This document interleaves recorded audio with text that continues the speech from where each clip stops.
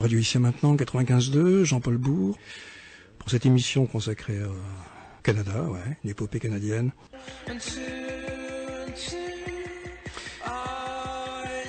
L'Amérique du Nord, les States, les USA, auraient pu être français, ouais. L'Amérique du Nord aurait pu être française, bien sûr. Et ce soir, donc, pour parler de cette aventure qui est une grande page dans l'épopée des hommes libres, ce qu'on a appelé la Nouvelle-France, dans ce nouveau monde, au-delà des Appalaches, le Canada, Québec, Montréal, puis l'Acadie, bien sûr. Ces bateaux partis de Nantes, de Brest, de La Rochelle, le grand large, la grande aventure jusqu'en Acadie, Québec, Montréal, remontée du Saint-Laurent, les alliances avec les Indiens, les Hurons qui étaient prêts, alliés aux Français, les Iroquois alliés aux Anglais, les Hurons, les Abenakis, les Micmacs qui étaient alliés aux colons français. Ces Français qui partent des provinces de France, des vieilles provinces, prennent des bateaux qui craquent, dont certains feront naufrage. Plus de 3 semaines, 1 mois de traversée pour atteindre l'Acadie. La belle province, la Nouvelle-France, le paradis, la nouvelle terre, oui.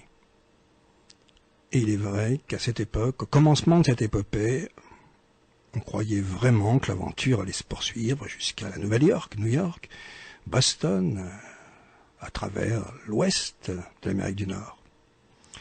C'est le contraire qui s'est passé, parce que les rois de cette époque, les rois de France, cette époque, François Ier, Louis XIII, Louis XIV, ont laissé tomber le Canada, alors que les Anglais ont envoyé des escadres, des navires surpuissants, des armées, un nombre incroyable de soldats, pour prendre le Canada, agrandir leur territoire, et finir par faire, après l'indépendance des patriotes américains, les États-Unis qu'on connaît aujourd'hui. Qui aurait pu être française, oui, c'est une grande aventure. Certains sont morts, ont donné leur vie pour cette nouvelle terre. Épris de grand large, arrivé un jour en Acadie, et au-delà, le Québec, Montréal, Trois-Rivières, remontée du Saint-Laurent, jusqu'à l'Ontario, cette grande carte, quasiment vierge à cette époque, début XVIIe, quasiment vierge, un paradis donné aux hommes. Ils allaient devoir souffrir, peiner pour travailler la terre, la faire fleurir, faire germer la vie. Ça va se terminer par une hécatombe, une déportation des Acadiens sous les baïonnettes anglaises, déportation en Louisiane et ailleurs. Le grand large, la Nouvelle-France, ouais, tout de suite. Avec un groupe acadien que j'ai découvert, qui s'appelle Blue, le groupe Blue, dont beaucoup de chansons et de musique accompagneront cette soirée. À commencer par la première, celle-ci, la voix du large, du grand large, la voix VOX que tu entends, qui t'appelle au-delà, jusqu'en Nouvelle-France. Ouais. Ça résonne toujours en toi, pour celui bien sûr qui est sensible à ce que fut à une époque la grande aventure libre des hommes, qui là-bas découvraient des terres libres, n'étaient pas assujettis à l'impôt, au métayage, à la corvée, comme l'étaient les paysans des provinces de France. Mais ces paysans-là et d'autres, charpentiers, qui partaient là-bas, bûcherons et autres, avaient accès à la liberté. Ouais. Ils répondaient à la voix du grand large.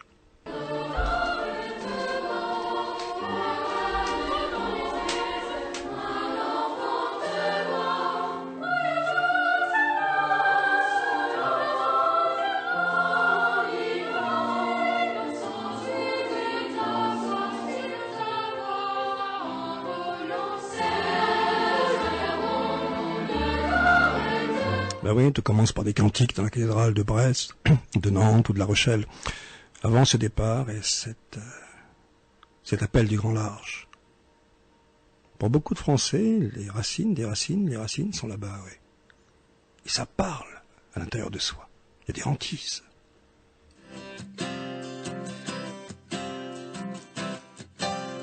Je me souviens de la première fois quand elle m'a pris dans ses bras pour me bercer.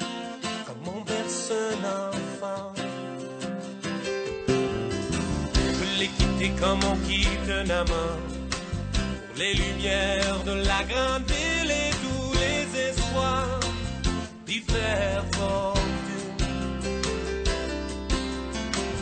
Une voix m'appelle vers l'horizon, une voix qui vient du large. Elle protège les étoiles quand son âme est calme.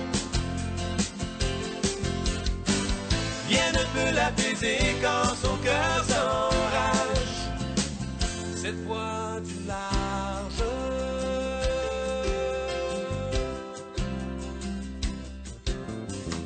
Dans la ville, je me suis perdu.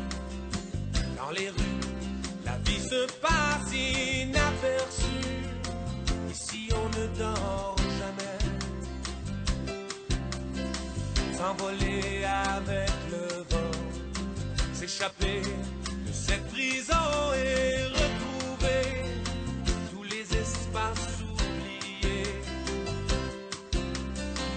Cette voix me rappelle toujours que je suis tout près du large.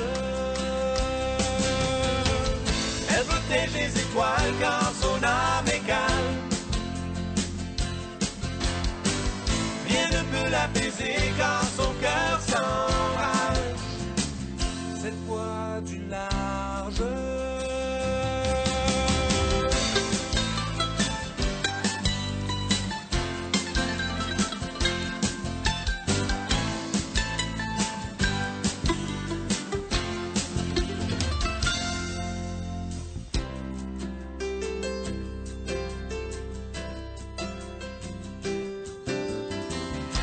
L'enfer et le paradis, le désir et le désespoir se réunissent et caressent ses rivages.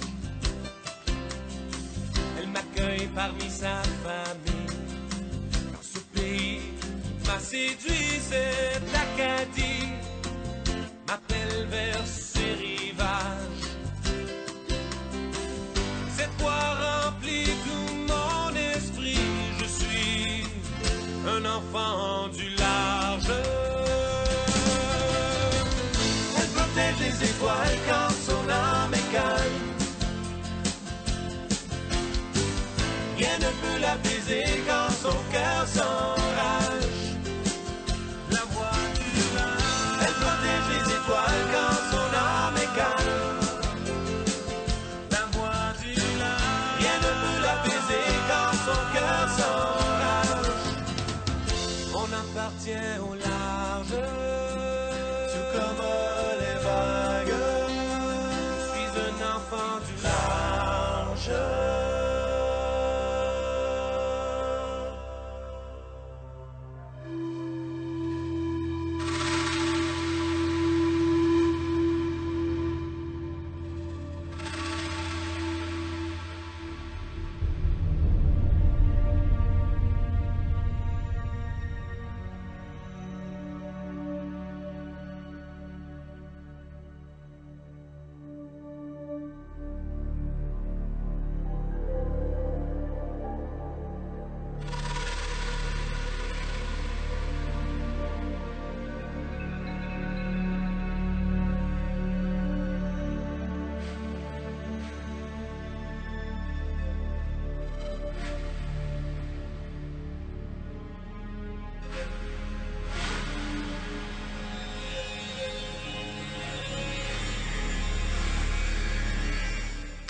Oui, on va trouver toutes les provinces au Canada, le Poitou, les gens qui viennent du Poitou, du Pays de Saintonge, autour de Sainte, la Bretagne, l'Auvergne aussi. Au-dessus de Québec, la ville, sur les bords du Saint-Laurent, il y a cette implantation de pionniers qui s'appellera la Petite Auvergne. On trouvera aussi des Auvergnats à Charlesbourg, au-dessus du Québec. Puis face à Montréal, sur la rive sud du Saint-Laurent, à la Prairie, le lieu dit la Prairie, qui a disparu aujourd'hui, sinon dans les annales. La traversée, plus de 3 mois, 4 mois de traversée terrible, avec les dangers de la mer, les bateaux qui craquent de la cale au pont, les tempêtes, les prières. Sauvez-nous, gardez-nous jusqu'au bout du voyage. Des naufrages, bien sûr, et puis des colons qui accostent. des cultivateurs, des gens qui travaillaient la terre dans les provinces de France, des charpentiers, des bûcherons, quelques poignées de soldats, et les rois de France qui lorgnent vers cette partie du Nouveau Monde depuis François Ier, Henri IV, Louis XIII, Louis XIV et Louis XV, qui signera l'infâme traité de Paris en 1763, en donnant la Nouvelle-France aux Anglais. On n'y est pas encore. Moi, j'ai fait des recherches sur une de mes branches personnelles, non pas, j'en parle dans mon autobiographie Guerrier du rêve, non pas ceux qui viennent des régions de Haute-Loire, mes grands-parents maternels qui vivaient dans les fermes dans la montagne, mais du côté de mon père, c'est-à-dire Bourg, le nom que je porte donc, eh bien, on trouve les ancêtres, dont certains, le premier vient de Haute-Loire, près du Puy, où il est né en 1660. Voilà ce que j'ai pu sortir d'annales. Antoine Bourg, qui arrive de Béohu de Zéreux, qui arrive au Canada vers 1681, se marie en 1696, s'exile en 1705 à Montréal, meurt en 1739. Son fils, Henri Bourg, mariage le 15 novembre 1734 à Charlesbourg, avec Marie-Louise Chalifour, une flamande. Françoise Bourg, née à Charlesbourg aussi, Angélique Bourg, Louise Bourg, Charlesbourg toujours, Alfred Bourg, lui c'est à Saint-Joseph en Acadie qu'il s'exile, Ferdinand Bourg à Charlesbourg, voilà. Toute cette piste qui m'intéresse et qui parle en moi et qui me hante, c'était qui, cette poignée d'Auvergnats qui était minoritaire par rapport aux gens du Poitou, de la Bretagne, qui arrivaient au Canada. Ces phrases écrites dans des archives canadiennes que j'ai ramenées de la Bibliothèque du Canada à Paris. Pourquoi l'Auvergnat émigre-t-il sur la porte de l'Auvergne et du Massif central au Canada? Pourquoi l'Auvergnat émigre-t-il? L'Auvergne est partout, a écrit Maurice Prax, c'est un document, ça de la Bibliothèque canadienne, et ce n'est pas le hasard qui fait que des hommes d'Auvergne courent partout par le monde. La race auvergnate ne craint ni l'effort, ni le risque, ni l'aventure, ni le dur labeur, ni l'exil. Cette appréciation s'applique admirablement bien aux Auvergnats venus en Canada dès les débuts de la colonie, pays inconnu, rude, sauvage et peu connu à cette époque dans la lointaine Auvergne, laquelle, par son climat, s'en approche tellement. C'est vrai que le climat de l'Auvergne est assez particulier. Et ces Auvergnats sont venus, on va dire, dans les bagages des jésuites missionnaires qui arrivent au Canada, mêmes archives, avant de venir évangéliser les Indiens. La plupart de ces pères jésuites avaient enseigné dans les principaux collèges de leur ordre, particulièrement à Clermont-Ferrand, Le Puy, Saint-Flour et divers autres endroits. Ça, c'est la partie immigrée de l'Auvergne qui arrive au Canada, s'installe à Charlesbourg, au-dessus de Québec, et juste à côté la Petite Auvergne, tout près de Lorette, un village d'Indiens Hurons. Bon, je fais des recherches, mais c'est pas le sujet ce soir. Il y a aussi le lieu La Prairie, face à Montréal, où se sont installées une colonie venue d'Auvergne. Il y a aussi un canton qui s'appelle l'Auvergne, près du lac Ontario, à la limite des territoires iroquois, qui eux étaient alliés aux Anglais. L'Anglais qui était reconnaissable à l'époque avec son habit rouge. Les Indiens et les colons français les appelaient les manteaux rouges. Ce canton d'Auvergne, nom donné à une région du Canada. J'ai trouvé ça à la Bibliothèque du Canada aussi à Paris. Auvergne, ce canton est limité au nord-est par le lac Condiaronk, qui borde les contours de la réserve faunique La Vérandrie. Ce sont plusieurs étendues d'eau orientées du nord-ouest au sud-est, en particulier les lacs Anderson, Cox et Mourède, qui irriguent le terrain accidenté de ce canton, donc l'Auvergne, canton du Canada, dont l'altitude varie entre 381 et 502 mètres. Le nom de cette partie géographique inhabitée et traversée par quelques chemins forestiers est celui d'une ancienne province française dont la capitale était Clermont-Ferrand. Son apport à l'immigration de la Nouvelle-France durant le régime français se chiffre au moins à 200 personnes, ce que disent ces annales. On y est,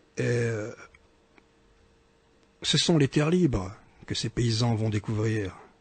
Il n'y a pas d'impôt à payer, mais attention au travail, c'est le décaillassage des collines, labourer la terre à la pioche et même à la main, quoi. Et ils vont construire des étables, des bergeries avec leurs toits de chaume, les mêmes qu'on voit dans les provinces de France, qui émergent de la Nouvelle-Amérique. La France d'Amérique, ouais. En Acadie, les levées de terre, parce qu'il y a l'eau, les digues, pour pouvoir gérer les avances de la marée, faire pousser, cultiver. Je lis, annales, au bord de l'immense champ acadien, en Acadie, les terres cultivées étaient aussi bien par Archimbaud, étaient bien aux Archimbaud, c'est ça, oui, aux Bourgs, aux Dugas et autres Rochibots venus des provinces de France. Et y sont les mecs avec leurs sabots aux pieds. Et c'est quoi? C'est l'Amérique, avec ses grands espaces, son ciel, sa liberté. Et plus haut, vers le nord canadien, au-delà des Appalaches, le Saint-Laurent. Et au Canada, les étés brûlants et la douceur de l'été indien qui dure 3 semaines à peine. Et l'hiver qui tombe d'un coup, moins 30 degrés, flaf, et fait des ravages parmi les hommes et les cultures. Et dans les pauvres fermes de torchiers et de rondins qu'ont bâti ces paysans là-bas, je pense à cette communauté de la Petite Auvergne, au-dessus de Québec, le feu qui brûle et qui réchauffe en partie, bien sûr. Les peaux avec lesquelles on se couvre, les Hurons font du commerce de peaux de castor qu'ils descendent en canot le long du Saint-Laurent. Il y a des comptoirs où on fait le commerce des peaux. Les peaux sont importantes pour la chaleur et le feu, le bois, il y a beaucoup de bois. Mais l'hiver est terrifiant, terrible. Il reste quoi? Il reste la proximité de ces gens groupés dans une seule pièce, des familles entières, et puis des instruments de musique ramenés d'Auvergne, le violon, la cabrette. Nostalgie pour ressusciter une terre qu'ils ont ici. Ils ont même donné à ce lieu du Canada, dans cette grande terre libre et sauvage, ce nom, la Petite Auvergne. La mémoire est gardée, toute l'âme, le feu et la nostalgie, si loin, si loin. Et sans retour, bien sûr, pour beaucoup.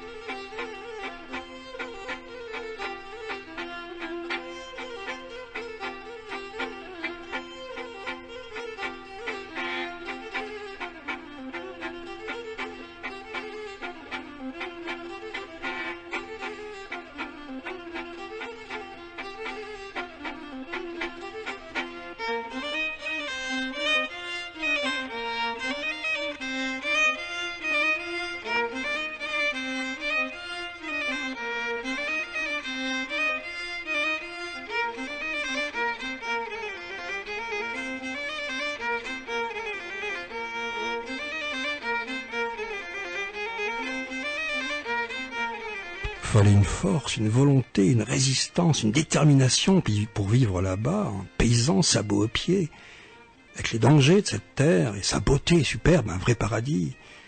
Une détermination qui m'étonne aujourd'hui avec le gouffre du temps. On est d'autres hommes, nous, aujourd'hui, décadents complètement.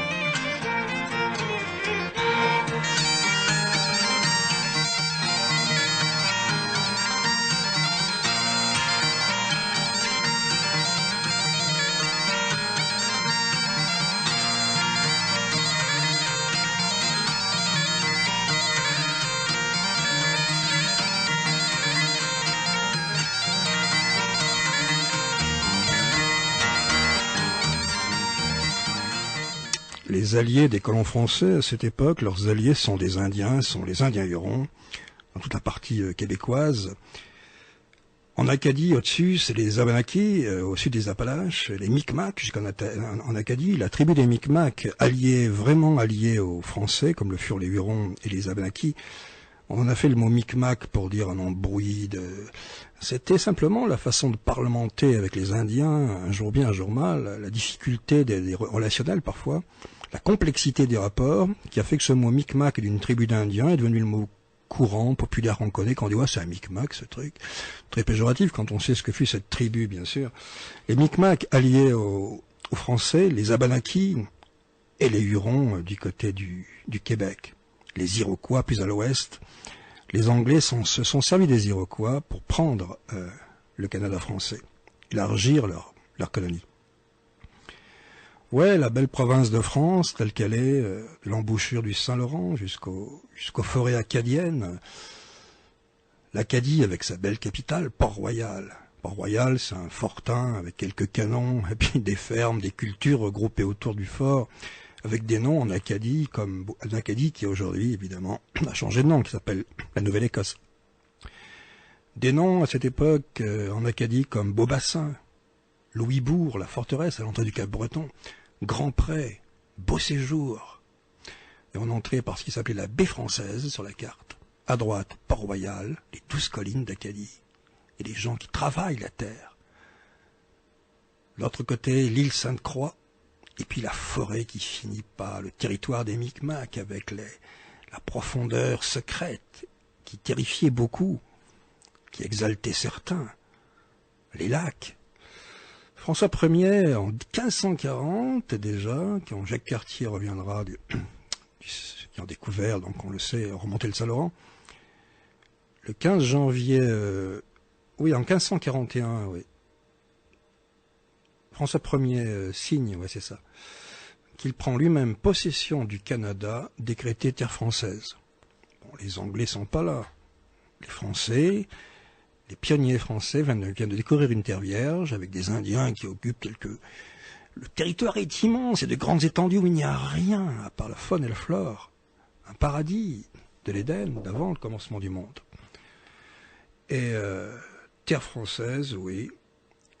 Et Champlain, qui viendra visiter le Canada en 1618, découvrira en Acadie, autour de Québec, il dit, Champlain, qui est le père du Canada, il dira « Je visitais les lieux rassérénés, les labourages des terres que je trouvais ensemencées et chargées de beaux blés, les jardins chargés de toutes sortes d'herbes, comme le chou, rave, laitue, pourpier, oseille, persil et autres légumes, aussi beaux et avancés qu'en France. Bref, tout augmenté à vue d'œil.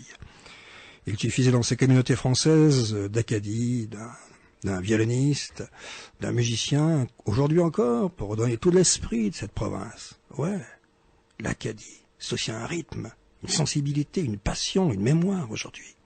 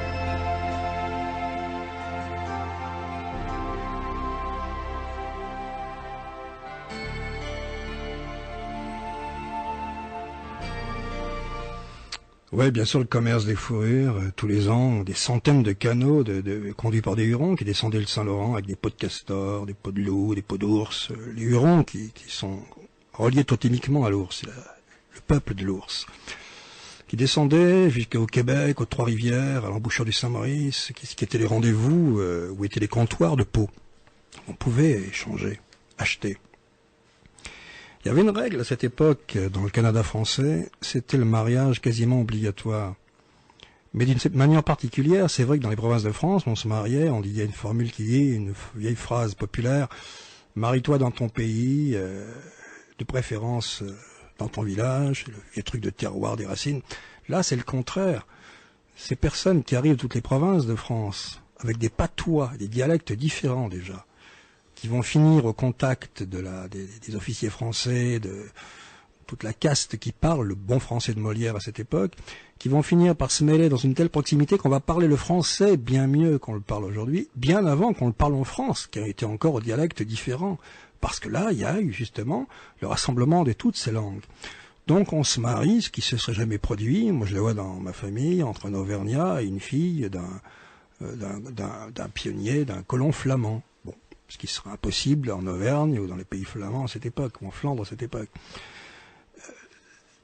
Et le mariage obligatoire, parce qu'il faut peupler ce pays, qu'on envoie peu de monde, les bateaux arrivent peu souvent. Le gars qui lâche sa ferme pour se faire coureur des bois parce qu'il sait que les fourrures apportent plus, peu importe, s'il n'est pas marié dans les 15 jours, on dit, c'est la loi, après l'arrivée d'un navire qui apporte des filles, il y a des navires qui amènent des filles qui sont volontaires. Les fameuses filles du roi, il est privé de la traite des fourrures et de la chasse, bien sûr. Et ce mariage, dès 1669, dans les pays du Canada français, Louis XIV lui-même, il accordera une prime de 20 livres pour tout garçon qui sera marié à 20 ans ou avant. 20 livres. Ça, c'est spécial au Canada français, et pas à la France, bien sûr. Et dans le même arrêt, le roi prévient que les parents qui auront 10 ou 12 enfants vivants, toucheront 300 livres de pension pour 10 et 400 livres pour 12. Ben voilà déjà les allocations familiales, avant même qu'elles existent ici. Ça pousse au repeuplement de la France, là-bas, la Nouvelle-France, oui, parce qu'il est vrai qu'à cette époque, des femmes étaient vite très veuves, se remariaient aussitôt. Une femme restait jamais longtemps veuve dans un pays, c'était invivable pour elle d'une part. Et toutes ces rencontres, ces proximités ont fait qu'il y a eu un certain peuplement, qui a été important, bien sûr. Et puis les projets dans la tête de ceux qui veulent agrandir les territoires, faire cette nouvelle France, une grande France, un pays qui s'agrandit, jusqu'à la baie d'Hudson, à l'ouest, jusqu'au Grand Lac. C'était le rêve d'hommes politiques de cette époque, autour du roi, d'une nouvelle France qui engloberait la presque totalité de l'Amérique du Nord. Il y a des choses curieuses dans les réglementations et la façon des mœurs entre les Indiens et les Micmacs, les Indiens ou les Abénaquis, ou les Hurons qui sont alliés aux Français. On parle de 3 coureurs de bois, des trappeurs, qui sont emparés d'un canot chargé de fourrure, un canot qui appartenait à des Hurons, qui ont tué l'Indien qui gardait le canot, qui ont piqué son canot avec les fourrures. Ils ont été arrêtés aussitôt par les milices de village des pionniers français, des colons français. Arrêtés, ces 3 coureurs de bois, là, et fusillés. Grande surprise des Indiens. Ils ont fait quoi? Ils ont tué un Indien pour piquer les fourrures du canot. Pour les Indiens, dans leur loi à eux, qui s'appelle le prix du sang, c'est le prix du sang. Un peu le côté œil pour œil dans la traduction biblique, on va dire.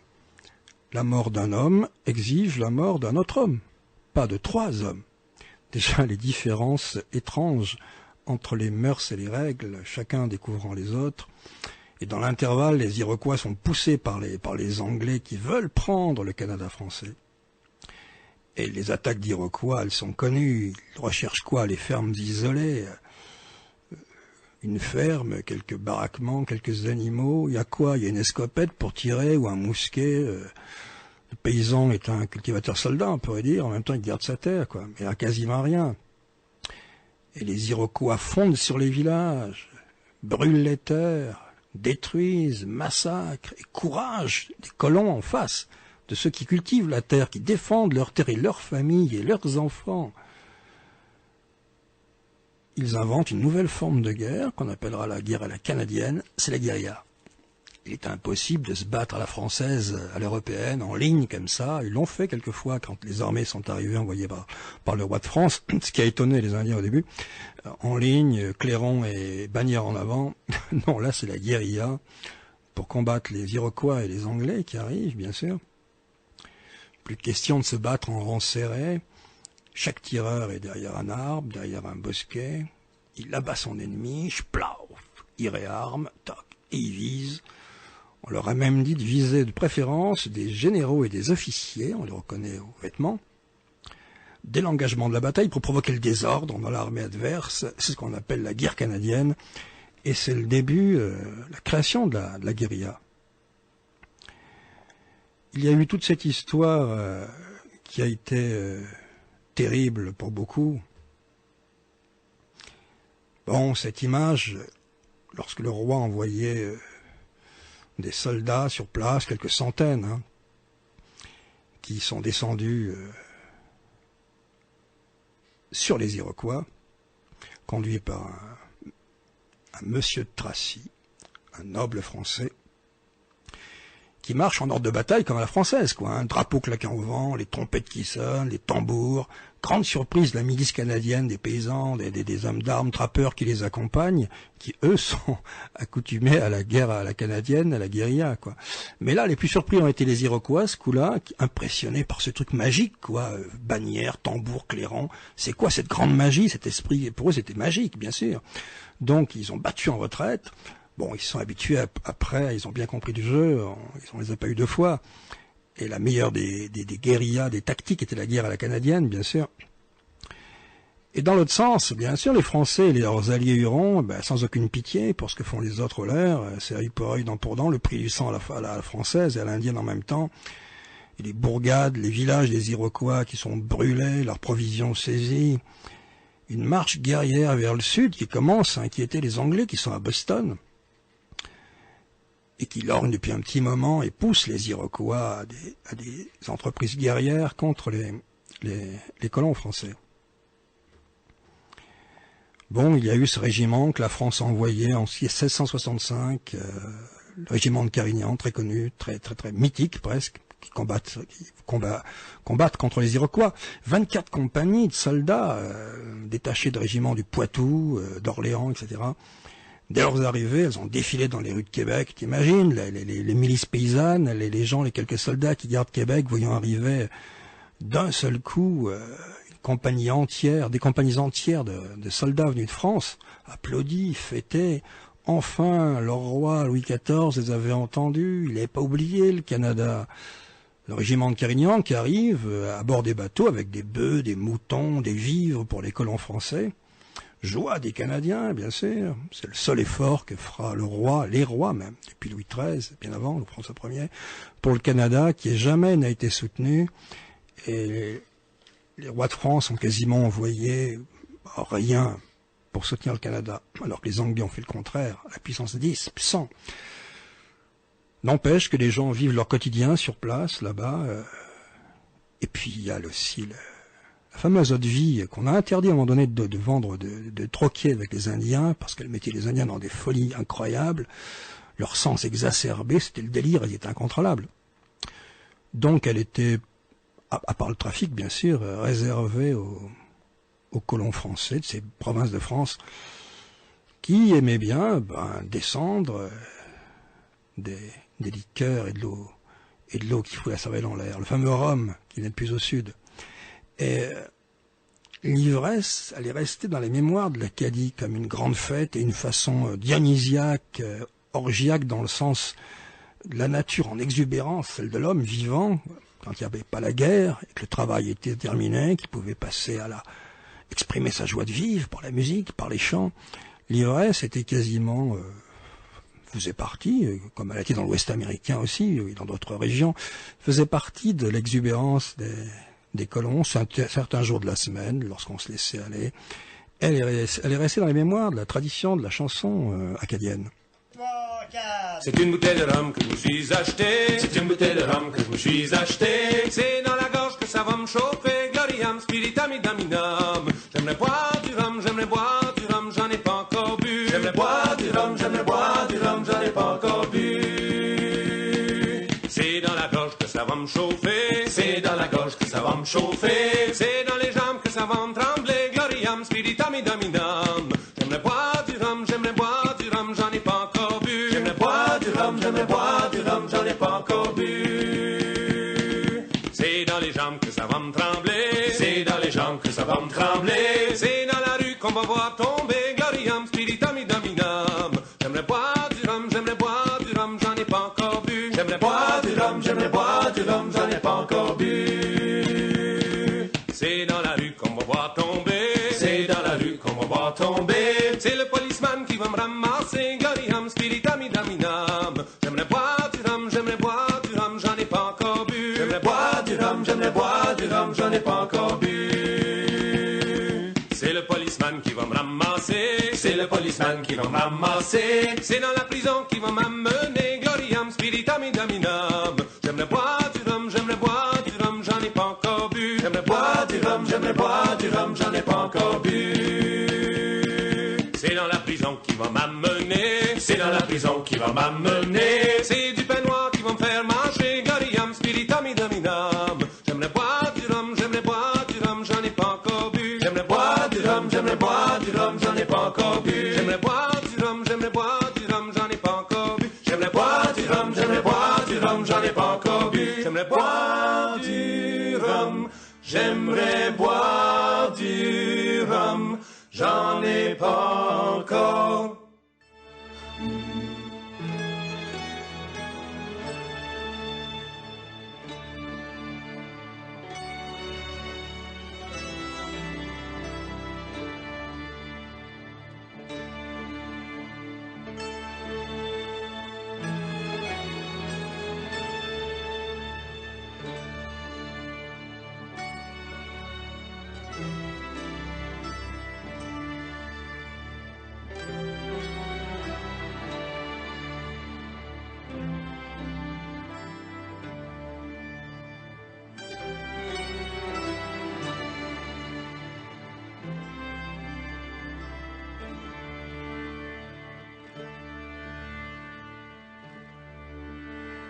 Et dans les forêts canadiennes, ça ressemble à quoi, ces armées de pionniers de la Nouvelle-France, comme ça, qui sont lancés dans cette aventure et qui combattent les Iroquois? Bah, tu vois des gars vêtus de peau de castor, c'est plus les vêtements traditionnels paysans qu'on connaît ici dans les provinces. Les Indiens au visage peinturluré, avec des plumes dans les cheveux, qui poussent des cris, qui glacent le sang de ceux qui ne les connaissent pas, ils découvrent de façon différente d'agir. Leur façon de faire la guerre, parce que même s'ils font la guerre avec les Français, ils n'obéissent pas aux ordres. Les guerriers indiens, d'un seul coup, sans recevoir d'ordre, les voilà qui partent en courant, s'arrêtent, se planquent derrière un bosquet, ouvrent le feu sur l'ennemi, tu vois, ont rien demandé à personne. Ils tuent leur ennemi, comme on tire le gibier de la même manière, en plus. Les prisonniers sont vraiment torturés, le mot est juste, ça fait partie des traditions des tribus respectives des deux côtés. Galvanisés au combat, ouais, complètement lancés, façon d'agir qui surprend les Européens, surtout qu'après la bataille, ils accrochent les scalps à leur ceinture. Maintenant, tout ça, ça fait sourire les colons français qui vivent avec eux depuis longtemps et qui partagent leur vie. Pas ceux qui débarquent, bien sûr, et qui découvrent une nouvelle façon de vivre, d'être. Je voudrais régler le compte à deux salopards qui ont pour nom Benjamin Franklin, père de l'indépendance américaine, on en a dit beaucoup de bien pendant la Révolution en France, et de George Washington, qui fut l'un des présidents de la République des États-Unis, bien connu, qui a laissé un grand nom dans l'histoire. Franklin et George Washington se sont comportés comment pendant cette guerre des Anglais contre la Nouvelle-France? Bon, on savait à Québec que les Anglais préparaient l'invasion du Canada, bien sûr. Benjamin Franklin disait à cette époque « Point de repos à espérer tant que les Français seront maîtres du Canada. » Vous savez que tous nos soldats détestent les Acadiens et que s'ils peuvent les tuer, ils les tueront. Carrément, la chasse à l'Acadien. Et pour eux, le français du Canada, on l'appelait un French dog. C'était un chien français, quoi. Le French dog, c'était le mot argotique employé par les Anglais lorsqu'ils parlaient des Français. George Washington, à l'époque, était lieutenant dans une troupe de Virginiens. L'anecdote est intéressante pour fixer le personnage qui viendra président des États-Unis. Le fort Duquesne, fort français, est encerclé par les manteaux rouges, par les soldats anglais, avec leurs alliés iroquois. Et une estafette sort du fort avec un drapeau blanc bien en évidence pour se rendre, me parlementer avec Washington et avec les Virginiens, avec une petite troupe qui avance, drapeau blanc bien en avant. Et Washington demande à ses Virginiens de les massacrer dans une embuscade. L'estafette portant le drapeau blanc de la reddition. Et ses hommes, le fort sera prêt après, massacrés dans une embuscade. Et en juin 1754, il y aura une organisation punitive qui sera menée contre ce groupe de Virginiens. Ils ont retrouvé sur place, qu'ont laissé Washington et ses amis sur place. Ce qu'on retrouvait les Français venus là, c'est quoi? C'est des cadavres scalpés. Ouais.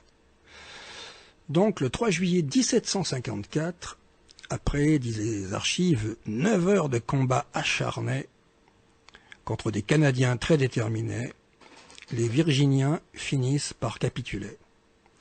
Washington, il est arrêté et il reconnaît sa responsabilité pour le meurtre du parlementaire français qui avait le drapeau blanc. Il signe même des aveux, reconnaissant qu'il est l'auteur du meurtre. Ces aveux lui valent la liberté. On le relâche. En échange, dans les aveux, il précise que pendant un temps donné, 18 mois exactement, il ne s'attaquera pas aux colonies françaises. 3 mois après, Washington remet le paquet, trahissant sa promesse, en plus du meurtre qu'il a commis contre un parlementaire français qui s'appelait Jumonville, l'aristocratie française, qui portait ce drapeau blanc. Franklin, lui, il pense que le Canada doit être détruit comme Carthage a été détruit. Franklin, Benjamin Franklin, d'accord. Et sous Montcalm, le général Montcalm qui défendra Québec, et qui va mourir pendant la prise de Québec par les Anglais, Voltaire, en France, voilà ce qu'il disait du Canada. C'est un pays couvert de neige et de glace 8 mois de l'année, habité par des barbares, des ours et des castors. Et il est rigolo, Voltaire. Voilà l'humour grinçant de Voltaire, pauvre connard. On l'aurait pendu au écourt, au mât de l'un des bateaux qui partaient, les rares bateaux qui partaient aider les Français de la Nouvelle-France, qui habitaient un territoire vierge, alliés aux Indiens qui habitaient ce territoire. Ils n'ont pas fait la guerre contre les Micmacs, qui vivaient là, contre les Abénakis et contre les Hurons. Ils se sont alliés à ces tribus. Les Iroquois, aidés par les Anglais, déstabilisés ensuite, et dans les Anglais, venaient de l'Ouest.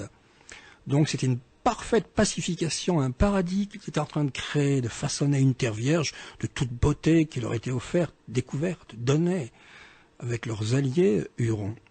Les Hurons seront exterminés par les Iroquois. La nation des Hurons sera exterminée par les Iroquois. Il restera quelques centaines de Hurons qui se réfugieront dans un petit village qui s'appelle Lorette, à côté de Charlesbourg et de la Petite Auvergne, justement au-dessus du Québec, tout près. Il y a le village, la localité s'appelle encore Lorette aujourd'hui. C'est ce village où les Hurons se sont réfugiés quand les Iroquois les ont massacrés et permis aux Anglais, bien sûr, de s'approcher plus près et de finir par prendre Québec, par prendre l'Acadie et par forcer le roi sans trop le forcer. Louis XV, à la reddition. Ok, je vous abandonne le Canada français, d'accord. Quant aux colons qui sont sur place, bon, ne les massacrez pas, mais qu'ils se démerdent, ouais. Une terre vivante, une terre de liberté. On mourrait pour sa famille, pour sa terre, pour sa liberté. pour la liberté et la beauté de ce pays qui était donné, pour un paradis qui était offert d'un seul coup. T'imagines ces grands espaces, cette étendue. On s'imaginait dans la tête des premiers pionniers que le Saint-Laurent allait jusqu'en Chine. On pouvait déboucher sur la Chine. C'était des étendues de forêt à perte de vue quasiment à l'infini, des montagnes, des lacs. Cette variété incroyable, ce paysage de commencement du monde peuplé par des tribus d'Indiens, bien sûr, dans lequel s'installent dans les grandes terres vierges ces colons français, et que les Anglais désirent pour agrandir leur empire colonial. Déjà en Amérique du Nord, à commencer par la Virginie, l'un des premiers, le Massachusetts, etc., installés à Boston avec leurs navires, et l'Angleterre envoie de nombreux navires pour prendre le Canada français. Oui.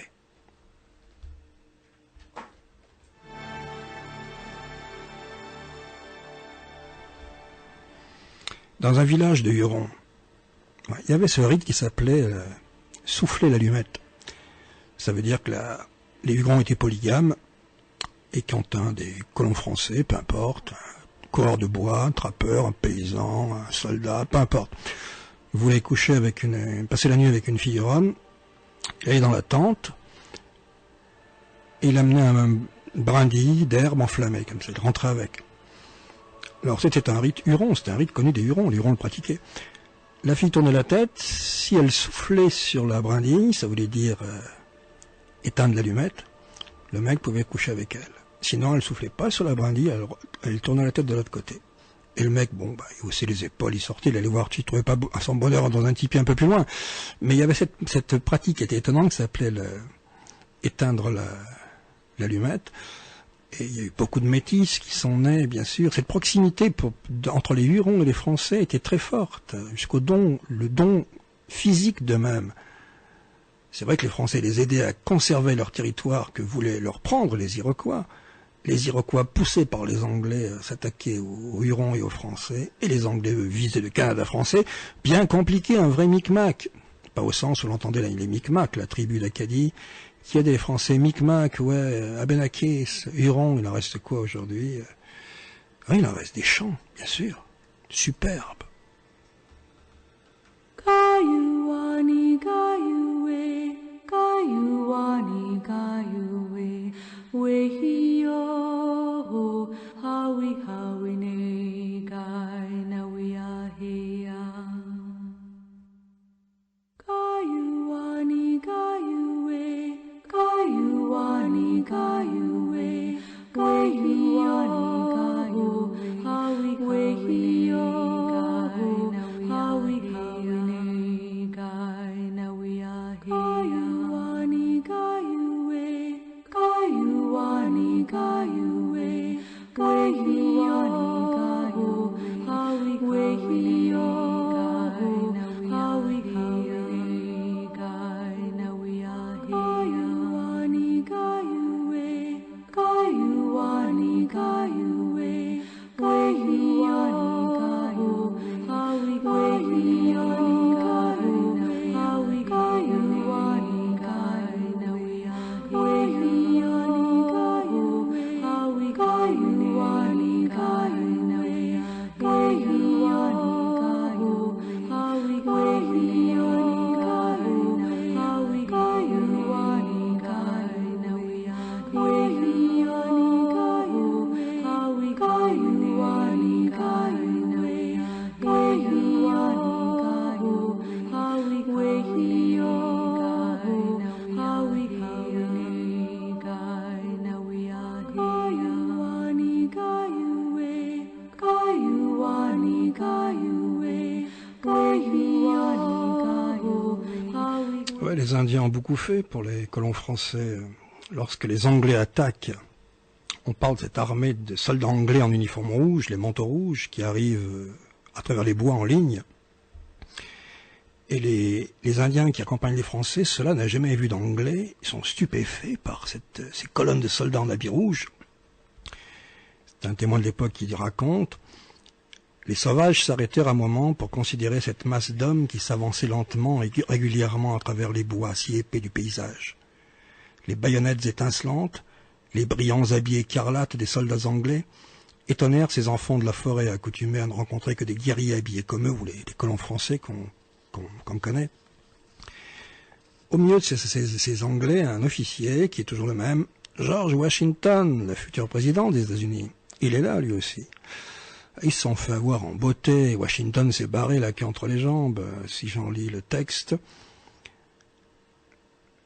Beaujeu, qui dirige, c'est son nom, qui dirige les colons français et les Indiens qui sont avec eux, considère l'armée anglaise qui arrive, voit l'hésitation des Indiens. Il leur dit « Je suis déterminé à aller au-devant des ennemis. Quoi? Vous me laisseriez aller seul? Je suis sûr de les vaincre. » La détermination du mec pour convaincre les Indiens, je suis sûr de les vaincre. L'incroyable courage de ces mecs, mais enfin bon, il y a un abîme aujourd'hui, c'est fou quoi. Pour arriver à bonne portée des Anglais, qu'est-ce qu'ils demandent aux Indiens? La façon canadienne, c'est-à-dire de tirer, embusquer derrière un bosquet ou un arbre, de tirer surtout les officiers de l'armée anglaise, si possible, en tout cas de chacun prendre une cible, et non pas de mitrailler en avançant comme le faisaient les Anglais. Et tout ça marche à fond. Les officiers anglais qui tombent comme des mouches, la grande panique dans les rangs de l'armée anglaise qui fout le camp, qui se disperse. Et les colons français et les Indiens qui les poursuivent, les Indiens en hurlant, j'imagine aussi la terreur des mecs dans le dos, des Anglais, dans les manteaux rouges, la terreur de ces cris à l'arrière. Et Washington, George Washington, le futur président des États-Unis, le fameux meurtrier qui a battu l'estafette française, le même qui a trahi les aveux qu'il avait signés au camp à l'époque, toujours lui, dans son carnet, honnête, confié, dit « Comme des moutons poursuivis par des chiens, nous partîmes, au point qu'il fut impossible de rallier les hommes. Nous avons été honteusement battus par une poignée de Français qui ne songeaient qu'à inquiéter notre marche.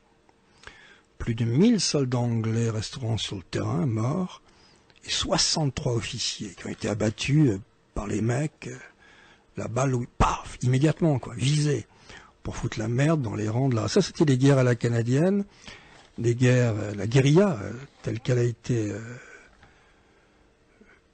créée, lancée, balancée. Bon, mais les Anglais arrivent avec toute leur artillerie, leurs armées, ils envoient des bateaux d'incroyables, des escadres. La France, Louis XIV et Louis XV, ensuite, s'en foutent, ils laissent tomber, ils font rien.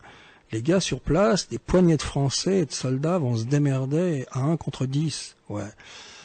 Il y aura la chute de l'Acadie, Port-Royal, la belle capitale avec ses fermes et ses paysans venus de France autour. Moi, j'ai des ancêtres qui étaient à côté, à Port-Royal.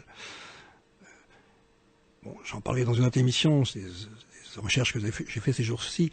Ces gens de Port-Royal, qui maintenant a été rebaptisé Port-Royal, pris par les Anglais, et c'est appelé Annapolis, s'appelle toujours Annapolis.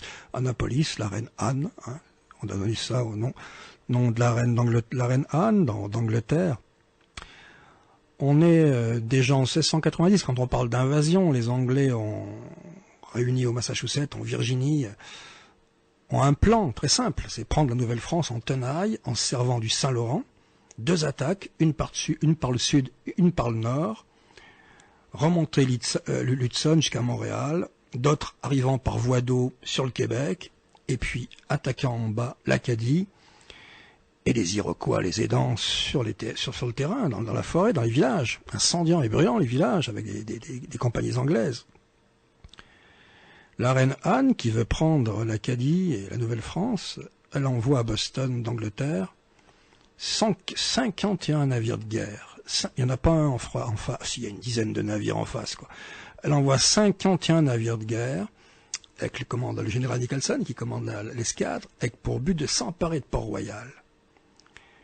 Et c'est en octobre 1710, grande date dans l'histoire, que la prise de Port-Royal et de l'Acadie, où les Anglais débarquent en Acadie et attaquent par les terres avec les Iroquois, et où les Français se défendent. C'est plus l'époque où le général Frontenac, un général français, avait repoussé les Anglais devant le Québec, qui déjà été assiégé par les Anglais des années en arrière, aidé par les Indiens, mais par les Hurons, avait repoussé les Anglais. Une incroyable armée d'invasion, il les avait repoussés. Et Louis XIV, qui avait été informé de cet exploit, avait fait frapper une médaille commémorative, où il y avait Frontenac et la victoire des Français sur les Anglais. Et Frontenac, qui est enflammé par cette victoire, demande à Louis XIV le droit de poursuivre les Anglais, qui sont en débandade, jusqu'à la Nouvelle-York, c'est-à-dire jusqu'à New York. Louis XIV lui dit non, c'est pas la peine, on arrête là pour l'instant. Sinon, New York était prise par les armées de Frontenac et devenait française. On pouvait, j'ai dit au début, les États-Unis d'Amérique auraient pu être françaises, oui. On voit comment les Anglais ont procédé. Ces grands combats autour de Port-Royal, bien sûr, les Acadiens, les paysans du coin, soldats du coin, aidés par les Indiens, les Abénaquis et les Micmacs, qui combattent autour de Port-Royal, et puis la prise par les Anglais. Il restait des chansons dans la mémoire acadienne, des chansons que chantent des groupes d'aujourd'hui, comme le groupe Blue, qui parle de cette fameuse bataille où les manteaux rouges ont combattu contre les Acadiens et des Micmacs et des Abénaquis. Grande page d'histoire avant que l'Acadie tombe aux mains des Anglais.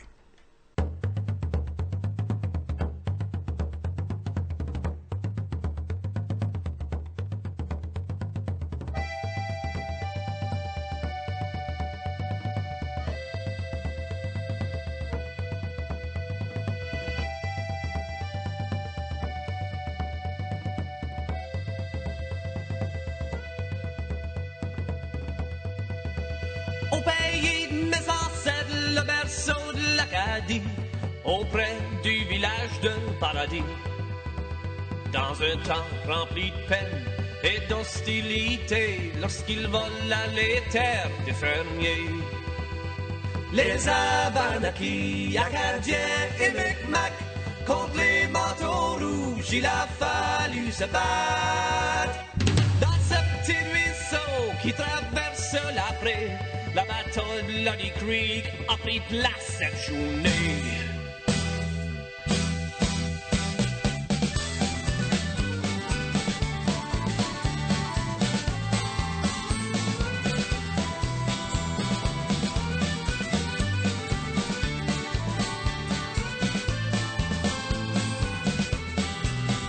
Quand les soldats sont venus de l'an 1710, rebâtir sur les rives de la Navolis.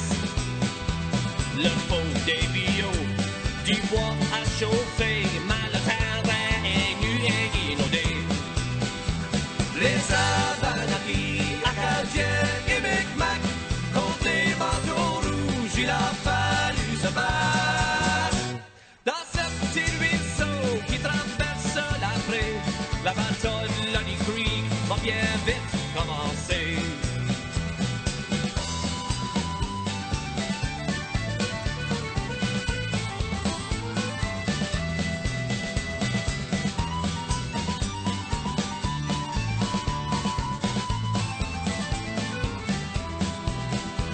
Personne s'aperçoit l'étape de la vallée. Pendant 12 heures, ils sont échoués. Sur un banc de sable, au milieu de la rivière, se remarque le début de le grand désert. Les Abenakis, Acadiens et Micmacs, contre les manteaux rouges, il a fallu se battre. Dans leurs embuscades, ils se sont bien cachés. Attendent la petite flotte, ils vont attaquer.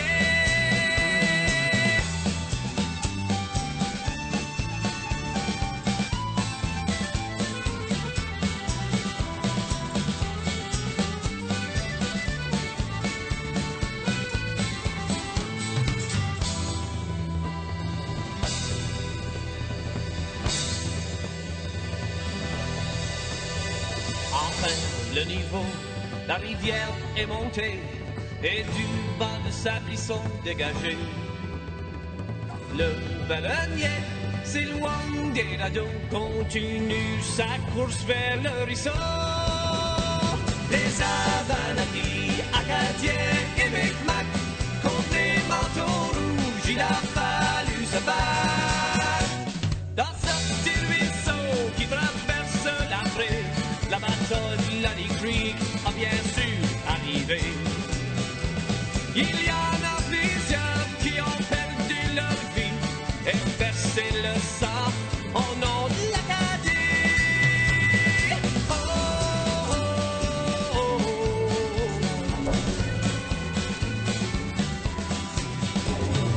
Oh, oh, oh, oh.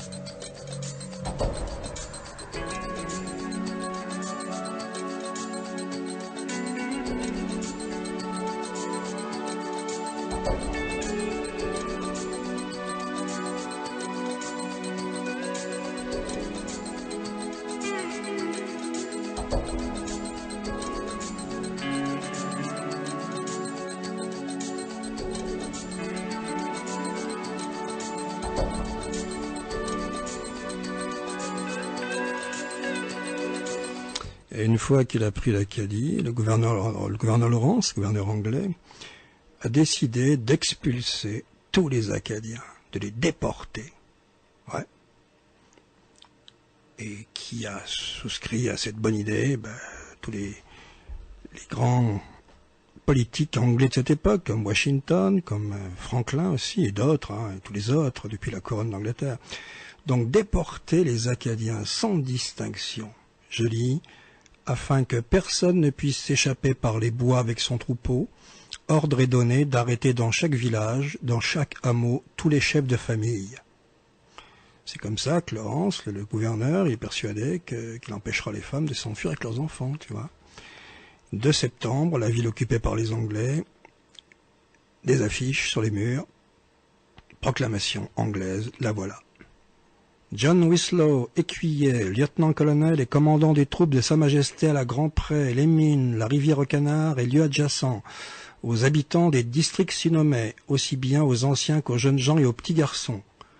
Comme son Excellence le gouverneur nous a instruit de sa dernière résolution concernant les matières proposées récemment aux habitants en général, nous ordonnons donc et enjoignons aux vieillards de même qu'aux jeunes gens et aussi aux petits garçons de 10 ans de venir à l'église de la Grand-Pré vendredi le 5 courant à 3 heures de l'après-midi, déclarant qu'aucune excuse ne sera admise sous aucun prétexte que ce soit. Et puis tout ça a été affiché dans toutes les églises de tous les villages et des villes d'Acadie, quoi. L'église et les mères et leurs enfants, et des hommes jeunes et vieux qui entrent. L'église fermée, gardée par des soldats en armes. Winslow, il a fait refermer les portes des églises.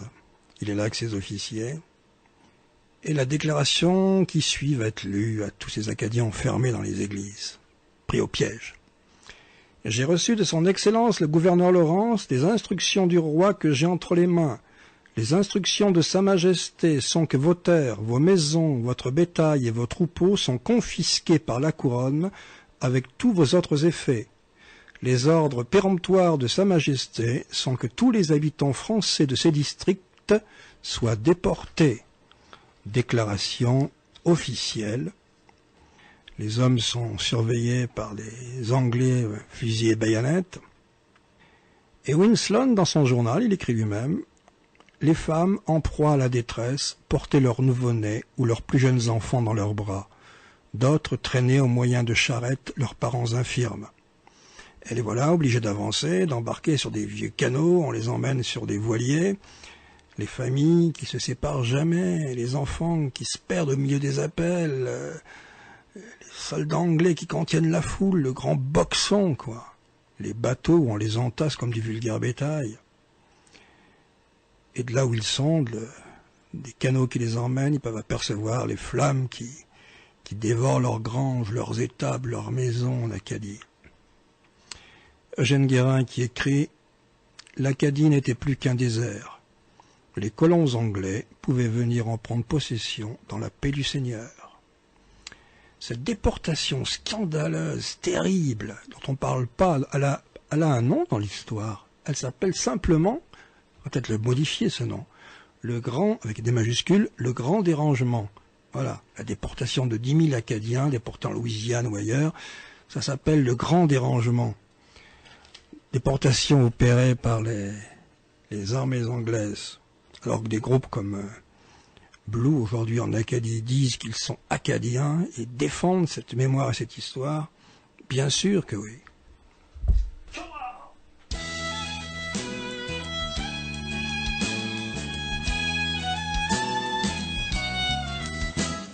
J'ai vu le jour d'un l'an 1604, 2 parents fiers et français. Joie de vivre, d'être fort travaillant, credo du nouveau monde. Montre-moi les couleurs de ton accent. Je suis l'écho de mon ancêtre, né de la mer et du vent. Je suis le cœur de mon pays, je suis Acadie.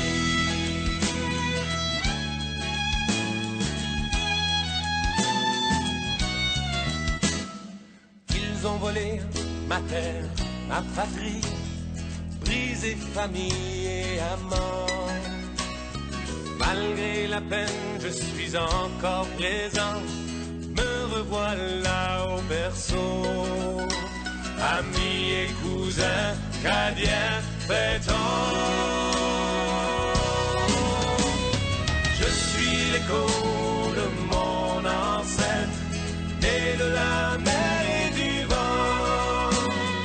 Je suis le cœur de mon pays, je suis Acadie.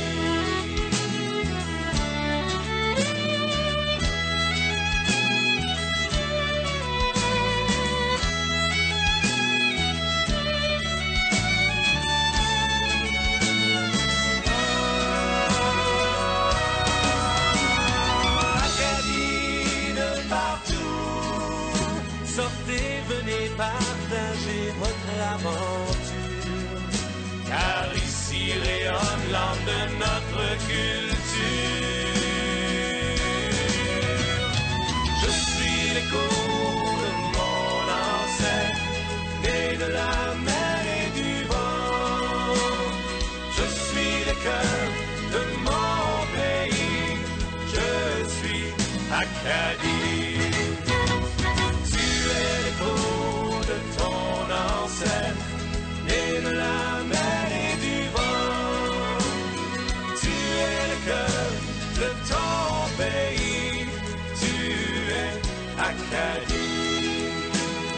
Nous sommes le cœur de notre pays.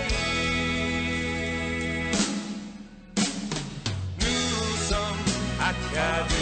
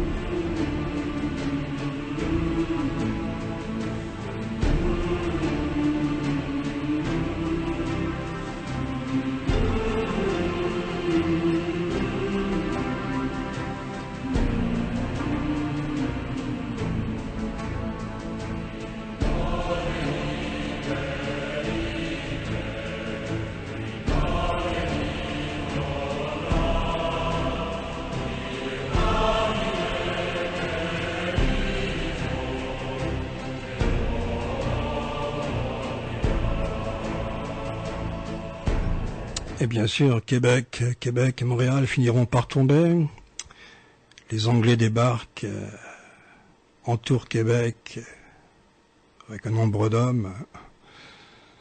Il y a 6 000 hommes qui défendent le Québec. Ils sont 60 000 soldats anglais en face. C'est tout simple, quoi. L'artillerie anglaise qui commence à pilonner la ville, la cathédrale, la base civile, beaucoup de maisons qui sont détruites. 19 000 boulets, dit-on, transformeront la ville en un vaste champ de ruines. Sur la côte, les soldats pillent systématiquement les maisons, incendient tout sur leur passage, égorgent le bétail, détruisent les récoltes, abattent les arbres fruitiers, espérant pousser ainsi les Français à la capitulation. 6 000 Français, entourés par 60 000 soldats envoyés par l'Angleterre, les habits rouges, Cette fois-ci, c'est la Nouvelle-France tout entière qui va tomber. La ville de Québec, c'est plus qu'un abat de ruines qui fume. Les gens cherchent des refuges. Il y a beaucoup de morts, on s'abrite un peu partout. Il y a beaucoup, comme ça se faisait beaucoup à cette époque, quittent la ville et se sauvent dans la forêt. À l'époque, lorsque les Anglais attaquaient les villages des colons français, prévenus à l'avance, beaucoup de gens des villages partaient, fuyaient, laissaient leurs biens, partaient dans la forêt, rejoindre les villages des Indiens Micmac, par exemple, ou des Abénaquis, ou des Hurons, et puis revenaient après, pour trouver quoi? Leur ferme en ruine, le bétail détruit, les récoltes brûlées, il fallait tout recommencer à zéro, mon vieux. L'incroyable combat de ces hommes pour la liberté, ouais. Le 8 septembre, ouais, la capitulation de Québec se rend. Ouais. Et la France signe le 10 février 1763 le dégueulasse traité de Paris, ça s'appelle, qui donne à l'Angleterre le Canada, avec toutes ses dépendances, ainsi que l'île Royale, l'Acadie bien sûr, plusieurs îles aux Antilles aussi, les Indes, le Sénégal, et la France, le roi de France, renonce à toute prétention sur l'Acadie et sur le Canada, sur l'Acadie qui devient la Nouvelle-Écosse. Maurice Guérin disait, en parlant de cette époque, vision juste, les défaites de Napoléon ne sont rien en comparaison. C'est pour la civilisation française la perte de la région la plus riche du monde. Les Grands Lacs et la vallée du Saint-Laurent, c'est-à-dire l'axe Chicago-Détroit-Montréal. De fait, c'est la fin de l'hégémonie de la France au profit de l'Angleterre. C'est même plus que le triomphe de l'Angleterre ou de l'Empire britannique, c'est celui du monde anglo-saxon. C'est pour ça que l'Amérique est américaine aujourd'hui. Tous ces gens qui ont souffert et qui sont morts dans cette terre, qui sont enterrés dans cette terre là-bas, oui. Ils sont morts pour que vive cette terre, pour leur liberté. Il y a une superbe chanson de la tradition canadienne, française, très belle chanson. Ce que nous disent ceux qui viennent de là-bas, ceux qui étaient là-bas à cette époque, ceux qui ont souffert, qui sont morts pour défendre leur terre, la Nouvelle-France. Une chanson très belle qui nous est adressée, ouais. Eux connaîtront pas quoi? La paix, si un jour la paix arrive. Quand on voit ce que sont devenus ces pays aujourd'hui, on rigole. C'est le modèle marchand anglo-saxon qui domine partout, même dans la ville de Québec ou ailleurs, les constructions, là, vous pouvez passer le grand pays sauvage, vous pouvez passer cette proximité d'aventure, de joie, de ferveur, de rassemblement autour du feu dans ces chaumières de village, dans ces huttes de forêt, vous pouvez passer ces grands... Qu'est-ce qu'on a fait d'un pays libre? On l'a défiguré, ça on le sait bien. Après l'avoir occupé et colonisé, bien sûr, le modèle dont on parle, mais ces gens-là nous disent dans une chanson quelque chose. Ouais. À nous de les entendre. Une vieille chanson de la tradition québécoise.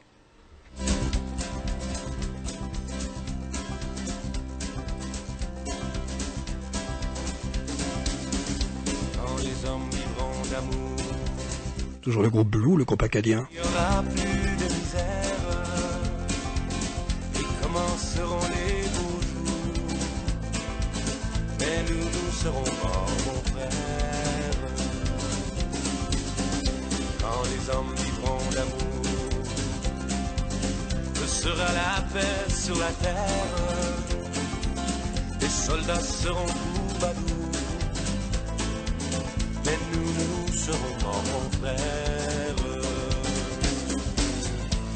Dans la grande chaîne de la vie, où il fallait que nous passions, où il fallait que nous soyons, nous aurons eu la mauvaise partie. Quand les hommes vivront d'amour, où il fallait que nous soyons, nous aurons eu la mauvaise partie. Quand les hommes vivront d'amour, il n'y aura plus de misère. Et commenceront les beaux jours. Mais nous serons morts, mon frère. Mais quand les hommes vivront d'amour, il n'y aura plus de misère. Peut-être songeront si le jour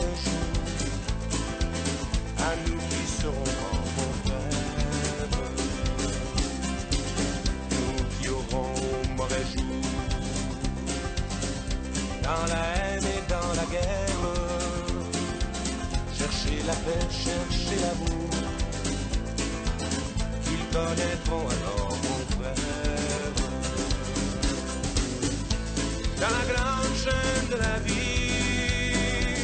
pour qu'il y ait un meilleur temps, il faut toujours quelques nerfs, de la sagesse, ici penser le prix.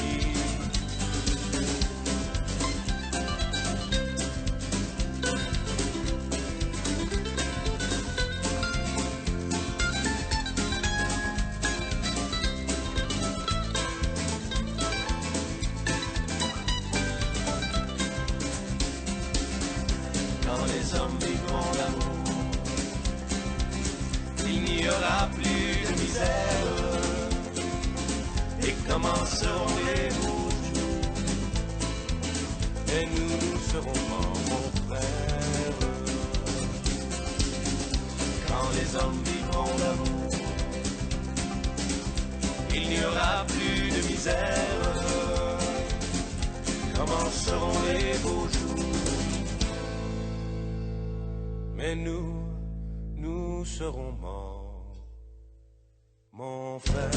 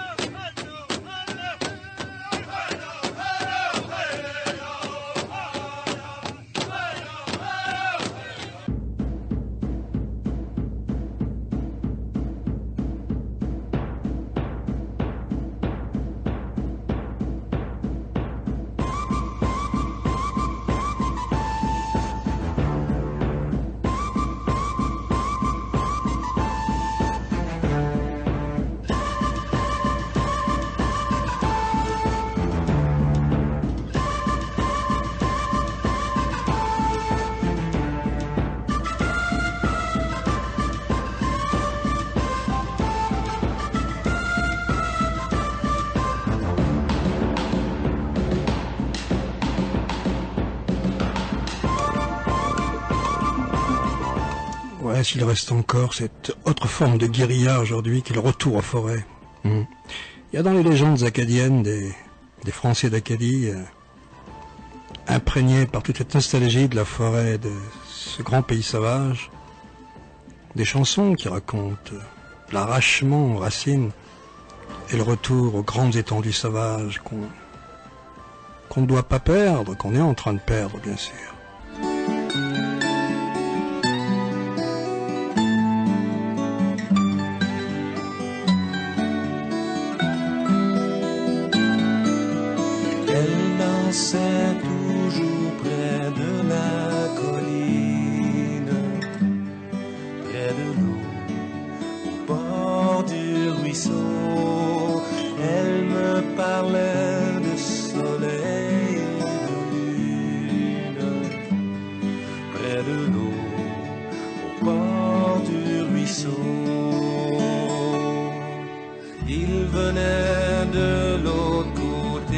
la colline, près de l'eau, au bord du ruisseau. Il désirait la belle aux yeux sublimes, près de l'eau, au bord du ruisseau.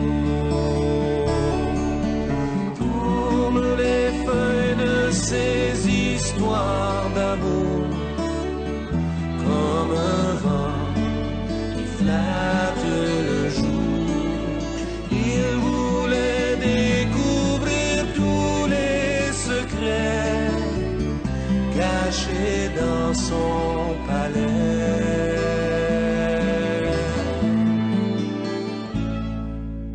Il la mena très loin de sa colline, loin de l'eau, loin du ruisseau. Il l'enferma dans une petite cabine, loin de l'eau, loin du ruisseau.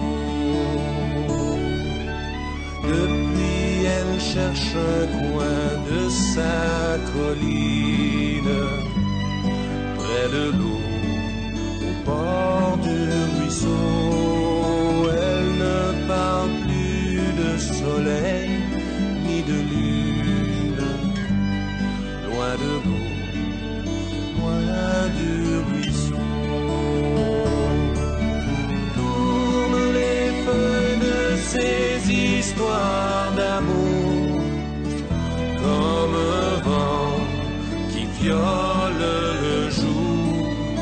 Elle ne voulait plus savoir ses secrets cachés dans son palais.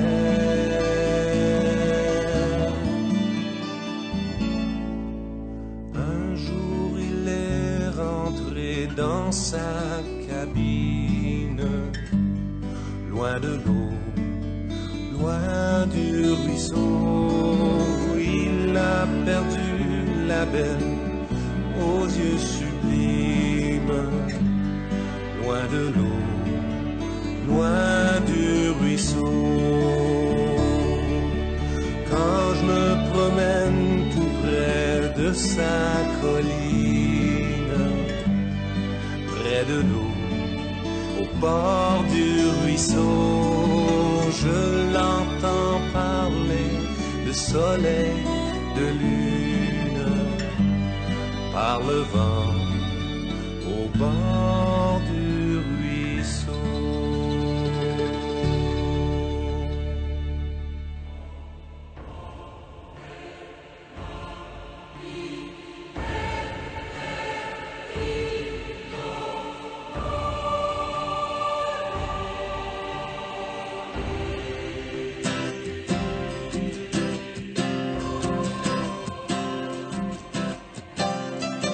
Je me souviens de la première fois quand elle m'a pris dans ses bras pour me bercer comme on berce un enfant.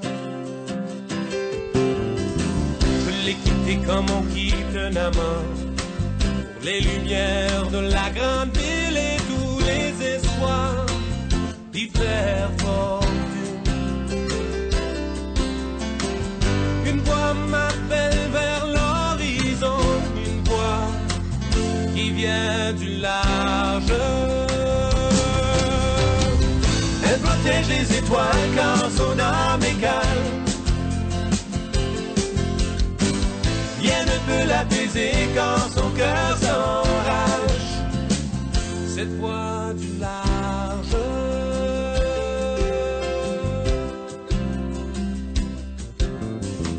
Dans la ville, je me suis perdu. Dans les rues, la vie se passe inaperçue. Ici, on ne dort jamais.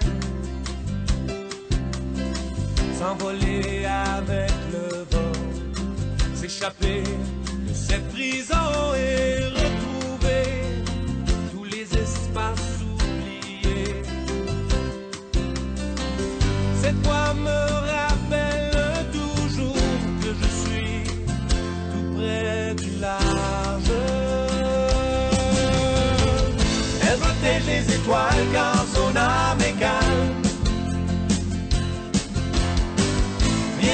l'apaiser quand son cœur s'enrage. Cette voix du large.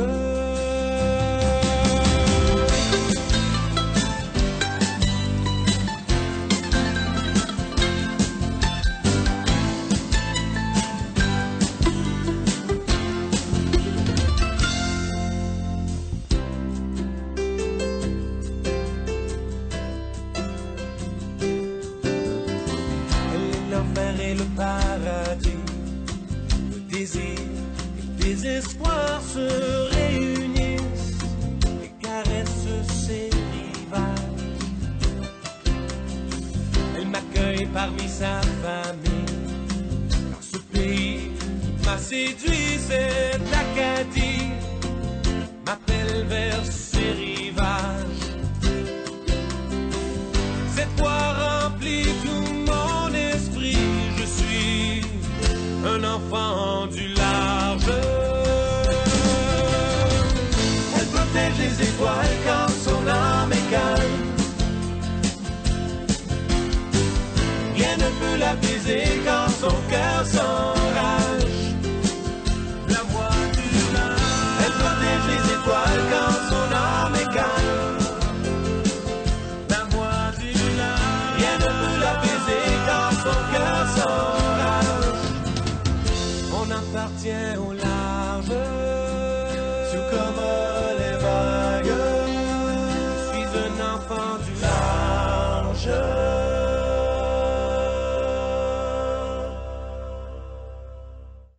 Je pense à ces fermes de villages, ces villages de la Nouvelle-France et Canada, aussi aux fermes dans les vieilles provinces de France.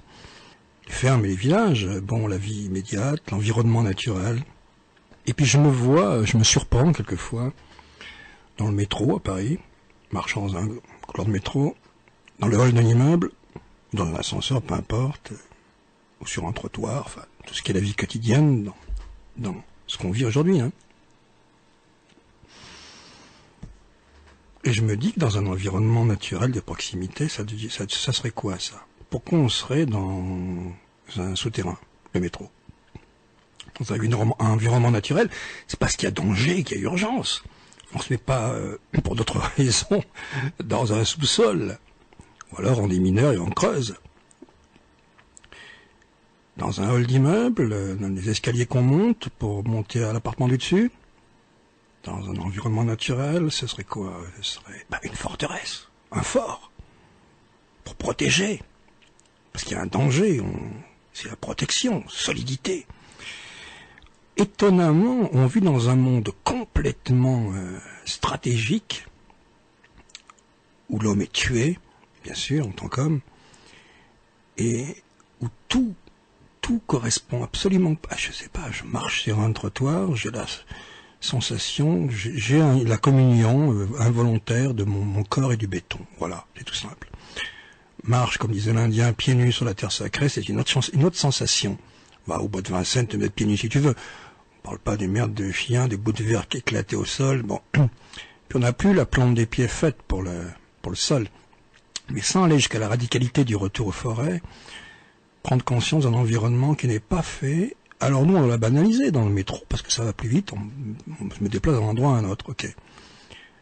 Dans un souterrain, dans une vie, l'environnement naturel, le souterrain n'existe pas qu'en cas d'urgence, la forteresse à étage en cas de stratégie, et là, ça a été la stratégie économique, c'était pour empiler les citoyens de ce pays, pour en faire des consommateurs, la surpopulation faite du bétail à consommation, quoi. En gros, c'est ce qu'on est devenu, nous.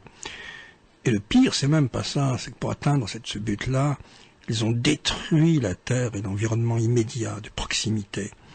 Celui dont je parlais en parlant de la Nouvelle-France, qui est celui aussi de la France des villages ou d'autres pays, des villages. Une époque que j'ai connue, moi, enfant encore, ouais, qui a disparu complètement, ouais. Si les Hurons étaient exterminés par les Iroquois, les Micmacs, les autres tribus et d'autres tribus d'Amérique du Nord, disparus, intégrés, avalés par la pieuvre de la consommation, si on leur a volé leur identité, si on les a déracinés, si on les a exilés, rendus malheureux, malades, physiquement malades, ce qu'on est quand on est en rupture avec la nature, bien évidemment. Ouais, je pense aussi aux provinces qui furent celles de France, et qui furent celles de la Nouvelle-France aussi. Il y a une nana qui chante ça avec vachement d'émotion, et elle a raison. Elle parle d'une époque disparue, ouais. Elle s'appelle Isabelle Aubray, ça s'appelle Province, et c'est une super chanson, ouais. Voilà, on va dire qu'elle appartient au patrimoine de la mémoire, ouais. Un pays, une époque, une histoire, une façon de vivre, surtout un art de vivre. Une façon de vivre vivante, qui a disparu dans un monde où tout est mort. Il fonctionne avec la rythmique des rouages d'une machine, sans autonomie de latitude, de déplacement, d'aventure même, tu peux pas. Paf, tu te cognes contre le mur d'à côté. Ah, les provinces aussi ont été détruites. Après la Nouvelle-France, la France aussi y est passée.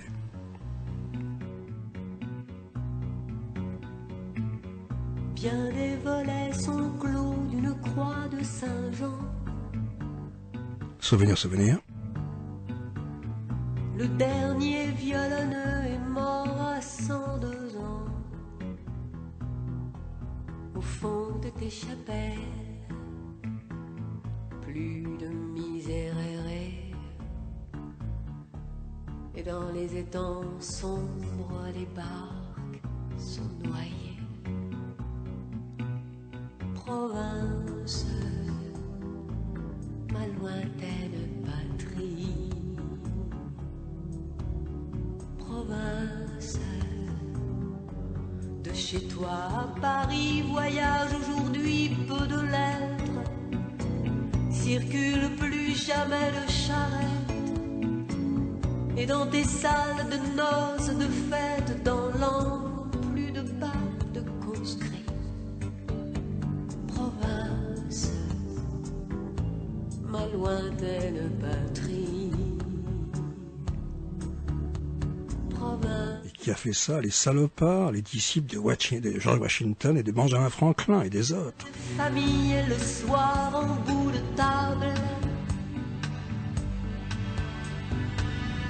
avait autant d'allure que tout bourgeois notable. L'ouverture du couteau, la soupe partagée, fermeture du couteau, le ciel remercié. Province, les hommes et les outils. Province,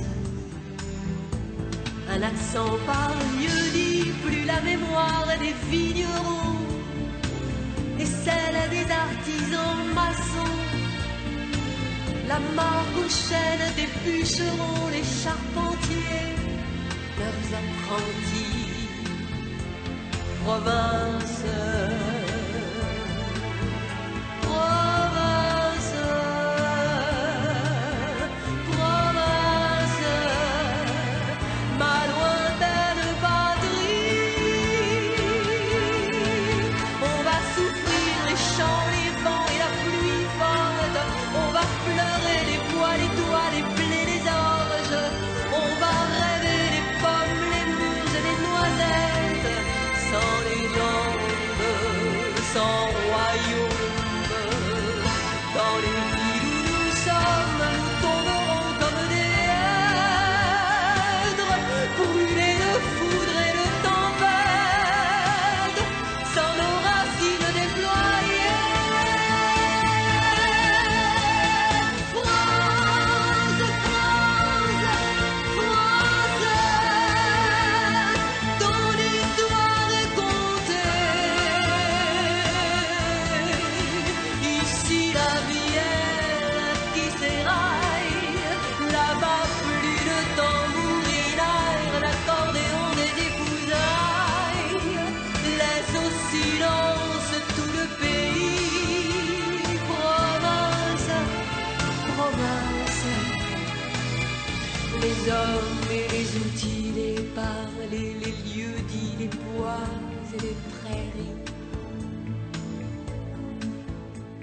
Province, ma lointaine